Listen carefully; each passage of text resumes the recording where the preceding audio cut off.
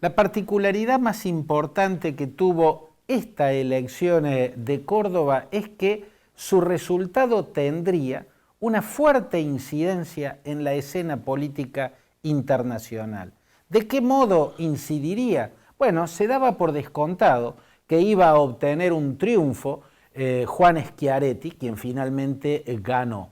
Se daba tan por descontado que la expectativa estaba centrada en cuál sería la diferencia que obtendría Schiaretti sobre su más inmediato seguidor. Y la sensación instalada era que mientras más grande fuese, mientras más abultado fuese ese triunfo, mientras más grande fuese la diferencia que le sacara al resto de los candidatos, más fuerte se haría la proyección de Juan Schiaretti en el escenario nacional. Por lo tanto, escrutinio mediante, con los resultados en la mano, lo que quedó como resultado de esa particularidad de este comicio es que Schiaretti ha asumido un rol importante o ha quedado posicionado de una manera muy importante en el escenario nacional. ¿Por qué? Porque fue muy grande la diferencia que le sacó a los otros candidatos. Fue muy grande el tamaño de su victoria.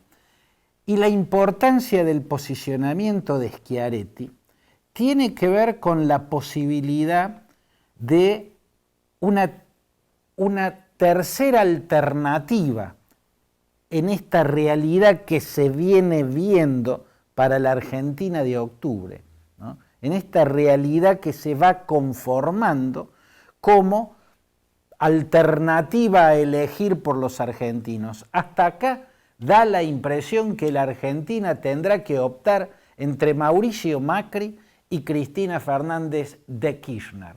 Con el posicionamiento de Schiaretti, este líder cordobés queda convertido en una suerte de batería humana o de batería política, alguien con la energía suficiente como para energizar a esa tercer vereda que quiere ser alternativa, para canalizar esa inmensa cantidad de votos que no quieren ir ni a Mauricio Macri ni a Cristina Fernández de Kirchner. Esa es la gran importancia que ha tenido esta elección y también la gran importancia de la abrumadora victoria de Schiaretti. Schiaretti se ha convertido en la expectativa de un gran porcentaje de argentinos que no quieren que el próximo presidente vuelva a ser Macri, pero tampoco quieren que el país vuelva a los tiempos de Cristina. El Macri ven la inutilidad, casi diría la insensibilidad, la falta de iniciativa, el permanente mal cálculo. Y en Cristina ven el retorno a un sectarismo que resultaba agobiante, eso que el politólogo José Nun llamó la egocracia de Cristina, ¿no? La egocracia era ese sistema en el cual el kratos, el poder, estaba depositado en el ego de la gobernante, ¿no? Produce agobio en una gran parte del país el riesgo de que volvamos a vivir el sectarismo egocrático de Cristina. Pero para que no sea Macri de nuevo o para no volver al sectarismo egocrático de Cristina, tiene que haber una tercera alternativa. Esa tercera alternativa, por una serie de factores, se estaba debilitando. Labaña, creo yo, por su petulancia, una petulancia a destiempo. Desde mi punto de vista, considero que es la mejor carta para canalizar los votos de los que no quieren volver al sectarismo kirchnerista ni quieren repetir la gris experiencia de Macri, ¿no? Para quienes quieren dar vuelta a la página de lo ya vivido con Macri y también con el kirchnerismo, Labaña es la mejor carta, pero tiene esos costados negativos. Uno de ellos es la petulancia. En alguna de estas páginas voy a explicar por qué la mejor carta como alternativa al macrismo y al cristinismo es Roberto Labaña. Pero por ahora digamos que se quedó en las gateras, parecía que iba a salir con mucha fuerza, pero de momento se quedó, ¿no? Como también están quedados Sergio Massa, cuya ambigüedad permanente empieza a cansar, ¿no? Urtubey, que jamás termina de despegar, Pichetto, que tiene muchísimo de valorable, pero también muchísimo de desconocido para tantos. Lo que logró Schiaretti en Córdoba lo convierten en una suerte de motor energizante para poder empujar la candidatura de esa tercera vía. ¿Y por qué es importante esa tercera vía? Bueno, la pregunta que nos tendríamos que hacer es si Cristina y Macri, que son quienes hasta ahora se dividen las porciones principales de la torta, según todas las encuestas, merecen ser los líderes que disputen en un balotaje la presidencia de la Argentina a partir del 2020, merecen ser, bueno, si lo vemos por los núcleos duros de apoyos con que ambos cuentan, podríamos responder, sí, ellos lo merecen porque tienen núcleos de apoyos muy superiores a los que tienen los demás. Pero esa es la razón del merecimiento. Yo creo que no. Yo creo que para merecer, en términos éticos, ¿no? En términos de dignidad política, para merecer el acceso al balotaje, para merecer la disputa final por la presidencia, lo que hay que tener es la menor imagen negativa. Si nos guiamos por los núcleos duros de apoyo, lo merecen, pero si nos guiamos por la posición que tiene la mayoría de los argentinos, nos damos cuenta que es una amplia mayoría de argentinos los que no quieren que Macri vuelva a ser presidente, y es también una amplia mayoría de argentinos los que no quieren que Cristina vuelva al poder, no quieren repetir la experiencia kirchnerista. ¿Por qué es una amplia mayoría? Porque a ese tercer fragmento, a esa tercer porción de la torta en las encuestas que manifiesta no querer votar ni por Macri ni por Cristina, hay que sumarle. En el caso de Macri, los que votarían a Cristina, que lo desprecian a Macri. Entonces están los que el tercio de Cristina más el tercio que no quiere votar por ninguno de los dos. Ambos coinciden en no querer a Macri. Y respecto a Cristina uno tiene que sumar el tercio que votaría a Macri, que desprecia profundamente a Cristina, más el tercio que no quiere ni a Macri ni a Cristina. Conclusión, hay inmensas mayorías que no quieren, que vivirían como un padecimiento tener que optar en un balotaje por Macri o por Cristina. Es por eso que una tercera opción es tan importante para la elección que se viene, y es por eso que en torno a esa realidad el resultado en Córdoba no deja de ser una buena noticia.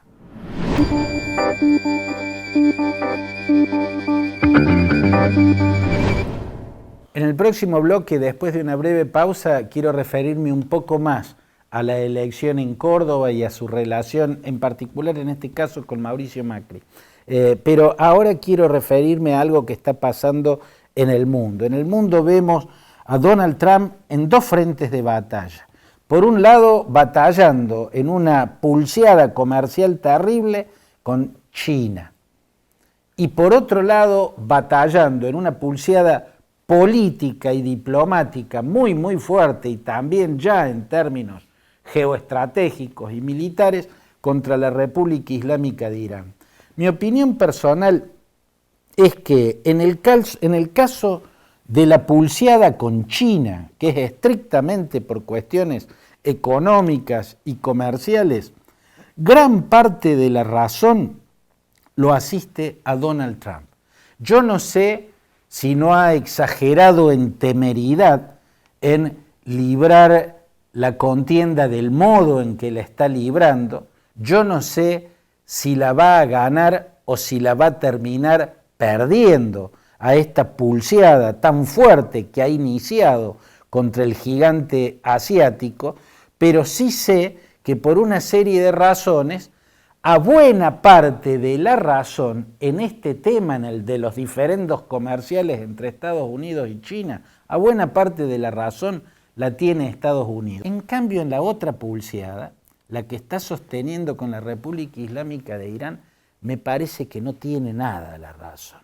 Diría, la razón la tiene Irán, por lo menos en el origen de esta nueva escalada de tensiones. El origen fue que Donald Trump decidió sacar a los Estados Unidos del acuerdo firmado en Viena, ¿no? El acuerdo nuclear, que se dio después de una larga negociación de casi 2 años, en la cual el entonces secretario de Estado norteamericano John Kerry trabajó muchísimo, una negociación que involucró a China, a Rusia y a Europa, además de a los norteamericanos y a los iraníes, y finalmente se logró la firma de un acuerdo en la capital austríaca, un acuerdo por el cual Irán retrasa por lo menos por 10 años sus posibilidades de construir bombas atómicas a cambio de que se levanten una serie de sanciones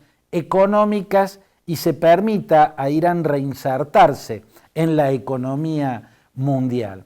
¿Por qué tiene la razón Irán en el inicio de esta nueva crisis? Porque Trump no tenía una razón valedera para sacar a Estados Unidos de ese acuerdo. ¿Por qué no tenía una razón valedera? Porque Irán lo estaba cumpliendo. Irán estaba dejando controlar muy férreamente el manejo del proceso de enriquecimiento de uranio.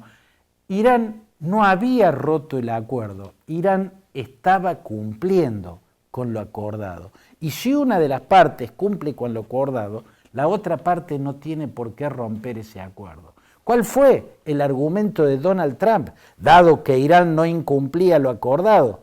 ¿Cuál fue la justificación que tuvo Trump para sacar a Estados Unidos de ese acuerdo?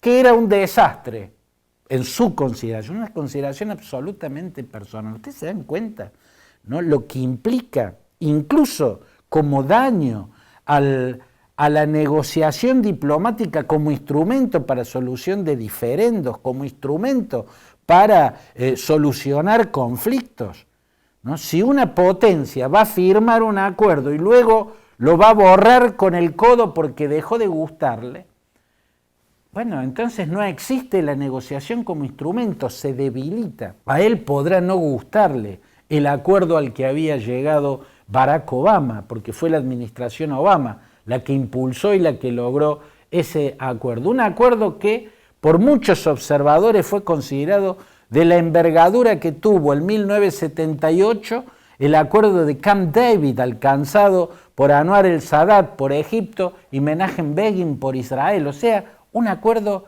histórico. Él dice que, como no era un acuerdo perfecto, como solo iba a durar por 10 años, como dejaba muchas cuestiones sin resolver, ese acuerdo era un desastre y no tenía sentido mantenerse en él. Un desastre es lo que hizo Trump al sacar a Estados Unidos de un pacto que Estados Unidos había firmado.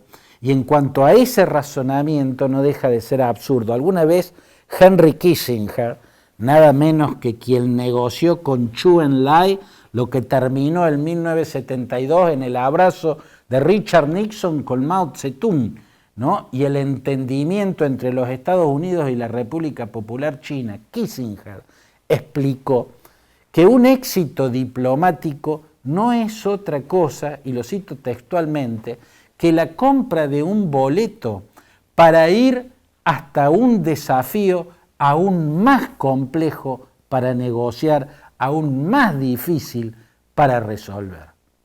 Vamos a un corte muy breve y una reflexión más sobre lo que implica la elección en Córdoba.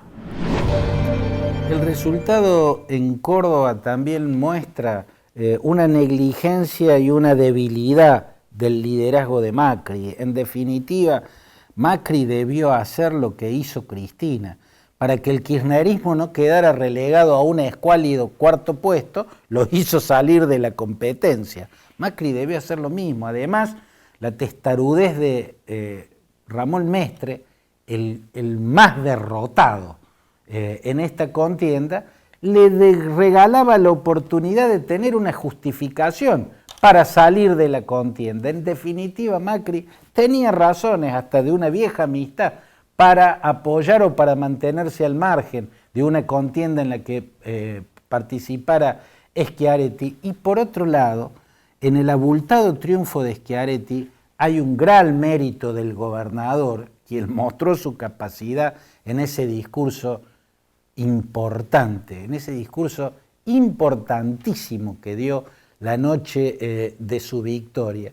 Pero a su triunfo también hizo un aporte Macri, porque ese triunfo también tuvo que ver con uno de los lados positivos de la gestión Macri.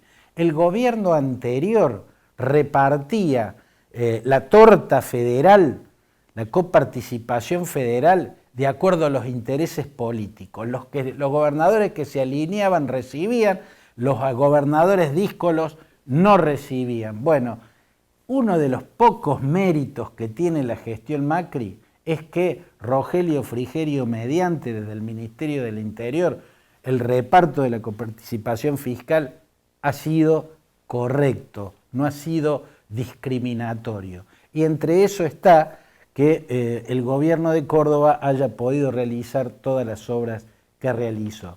Un tema que seguiremos analizando en nuestras próximas páginas. Hasta entonces.